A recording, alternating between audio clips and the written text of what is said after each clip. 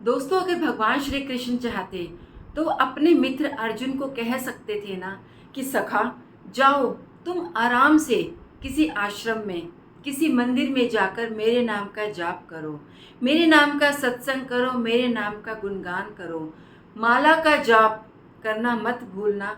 तुम जितना ज़्यादा मेरा गुणगान करते रहोगे, मेरा जाप करते रहोगे, मैं उतना ही खुश हो जाऊंगा और तुम्हारे नाम का युद्ध तो मैं यूं चुटकियों में ही जीत लूंगा। और दूसरी तरफ वो चाहते तो एक पल में पूरे युद्ध को ख़त्म भी कर सकते थे, रोक भी सकते थे। लेकिन इतनी कैपेबिलिटीज़ होने के बाद भी खुद भगवान श्री कृष्ण ने शस्त्र ना उठाने की शपथ ली और कृष्ण भगवान ने अर्जुन को उसका कर्म याद दिलाते हुए, उसका साथ देने का प्रॉमिस करते हुए उन्हीं से ही अपने कर्म को निभाने का वचन भी लिया और अर्जुन को पूरा युद्ध लड़ने के लिए प्रेरित भी किया। लेकिन आज के दिन भगवान श्री कृष्ण की गीता को शायद लोग गलत समझ रहे हैं या सही से समझ ही नहीं पा रहे हैं कि जब हमारा जन्म हुआ है तो ये पूरा जन्म, पूरा जीवन ये भी कुरुक्षेत्र ही है। कुरु मतलब कर्म, कर्मों का क्षेत्र, जहाँ पर हमें अपने कर्म करने ही होंगे।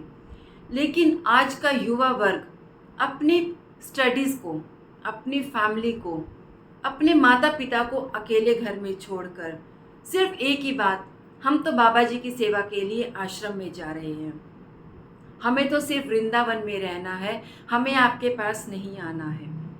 आज ही मेरे पास किसी मदर का फ़ोन आया था कि प्लीज़ मेरी बेटी की काउंसलिंग कर दीजिए। वो घर बार अपनी स्टडीज़, इतनी स्टूडियस बच्चा होने के बाद भी उसने अपनी एजुकेशन को बीच में ही छोड़ दिया है। वो दिन रात आश्रम में सेवा में लगी है, वहाँ रंगोली बना रही है, वहाँ पर काम कर रही है। गुरुजी अपना काम कर रहे हैं, आप अपना काम कीजिए।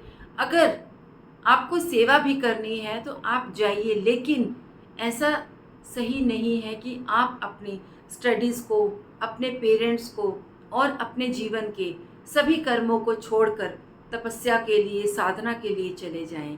क्योंकि इसको साधना करना नहीं कहते, इसको भाग जाना, भगोड़ा होना कहते हैं, जो कि अपनी रिस्पॉन्सिबिलिटीज़ को बीच में छोड़कर ही तपस्या के नाम पर, सेवा के नाम पर आश्रम में जाकर बैठ जाते हैं। इसीलिए भागवत गीता का सही मतलब समझने की कोशिश करो और अपने कर्मों को सबसे पहले निभाने का प्रयास करो।